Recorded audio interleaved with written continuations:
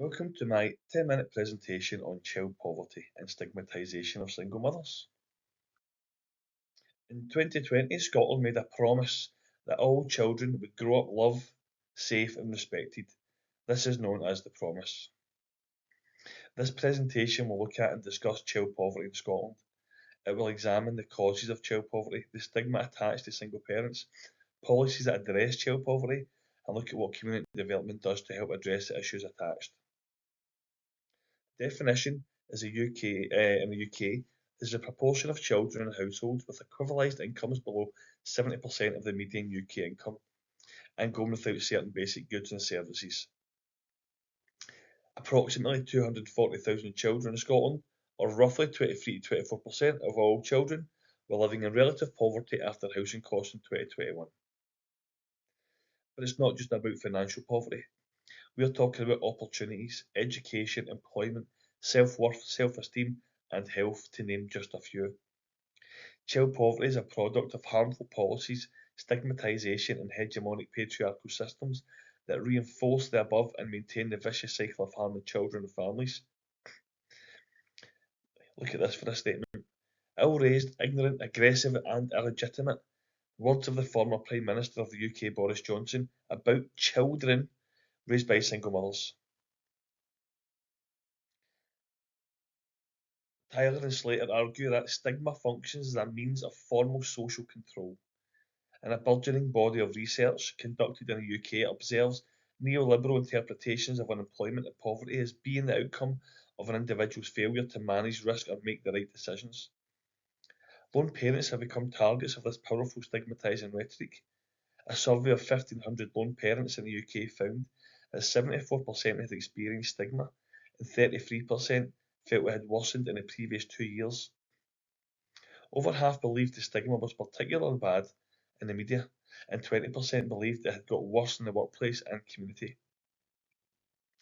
Patriarchy and neoliberalism drive the stigma around single mothers, with expected gender norms and hegemonic ideology adding stigma and judgment to a marginalised group of society through the gender pay gap, socially expected care and responsibilities, and traditional nuclear family ideals. This system makes it economically more necessary for women, especially mothers, to stay in relationships with men who are not good partners. Evidence suggests that there is likely to be less chance of poverty in a two-parent household, thus benefiting men who hold a partner through systematic oppression as opposed to love and connection. It may be difficult for victims to leave their abusers if they are financially dependent on them. An abuser can sometimes build up debt in the victim's name. Fear of not having the means to support themselves or their children can be a significant barrier to seeking help. Lone parents tend to work fewer hours and have lower hourly wage, reflecting the gender pay gap and the greater weight placed on women to undertake unpaid work, including childcare. This leads to a rising risk of child poverty. Children in lone parent families are at twice the risk of experiencing relative poverty when compared with children in couple families. The poverty line for single parents, 90% female parents by the way, with one child weekly, equates to £224 after housing costs. Here's some poverty policies. The two-child benefit cap. You will not be paid an additional amount for more than 2 children unless the children were born before 6 April 2017. The two-child limit means that claimants do not receive an additional amount for third or subsequent children born after the 5th April 2017. The two-child limit means they receive £3,500 less each year in universal credit, representing a 14% cut to their income and putting them into relative poverty. Now here's an interesting thing.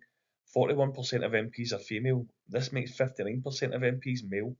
This highlights a huge issue in men making policy on issues that predominantly impact women and especially single mothers.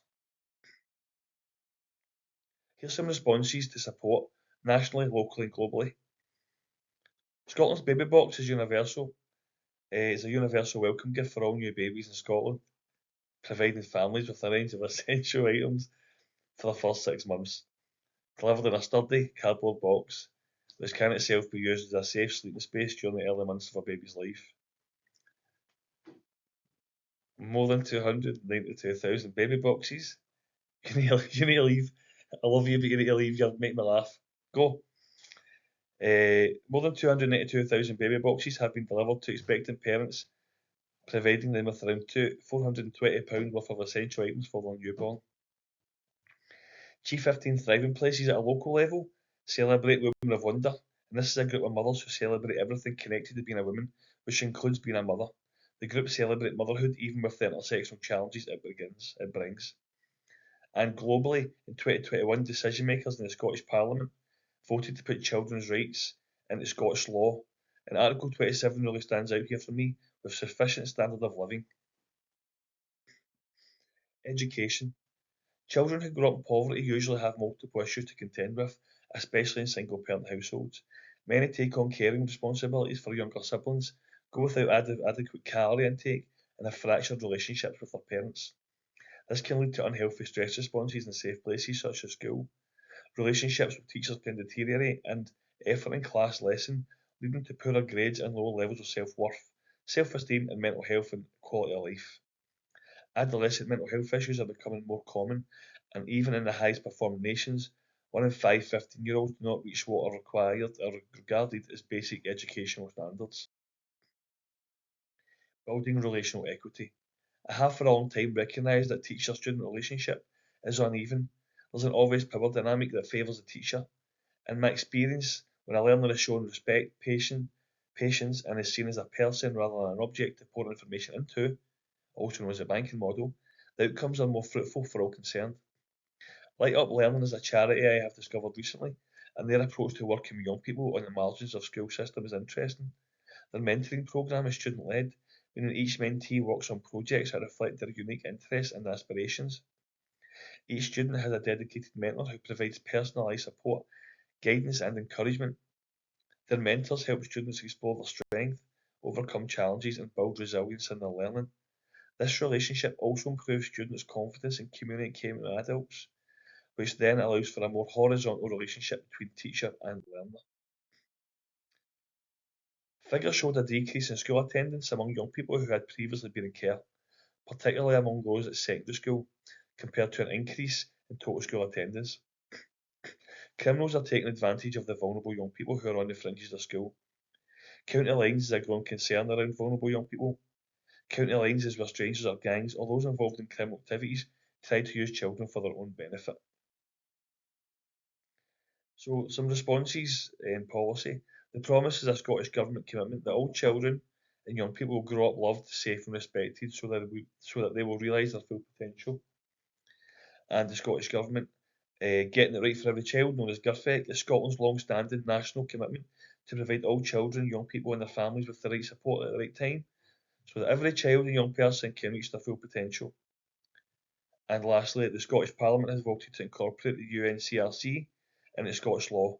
This historic move marks a significant step towards ensuring children's rights are respected, realised and protected for every child across Scotland. And some community development responses. Pieces of research such as the ACES work have changed how we practice and deepen our understanding of behaviours from people we work with. Adverse childhood experiences, also known as ACEs, are potentially traumatic events that occur in childhood from 0 to 17 years. CYCJ are doing great work, and they're doing a lot of great work in Polmont at the moment, with community workers supporting inmates to recognise that their masculinity doesn't need to align with hegemonic expectations, especially upon release from prison. Also, educating young people around the UNCRC is a great way of bringing the rights of the child into the conversation, and especially in the relationships of the child, allowing them to expect their rights to be adhered to in all situations. In co-design, this approach involves all stakeholders and includes the opinions and guidance of those previously ignored in decision making. So to summarise, I feel the stigmatisation around single mothers and child poverty has many negative and long-lasting impacts in society, and affects worse those already impacted negatively by poverty. Stigma, life opportunities and general quality of life. Through societal stigmatisation, patriarchal, neoliberal ideals and self-deprecating behaviours. Single parents, particularly mothers, are judged unfairly in comparison to single fathers, and are put more at risk of tolerating toxic relationships to avoid the poverty line for the benefits of the child. Community development responses are catching up with issues, but a lot more still must be done to help keep the promise to the young people of Scotland. The promise, in my opinion, is a good goal, but if politicians continue to implement harmful policies that have children living in poverty, the promise becomes unattainable and nothing more than political rhetoric. And here's my reference list. Thanks for listening.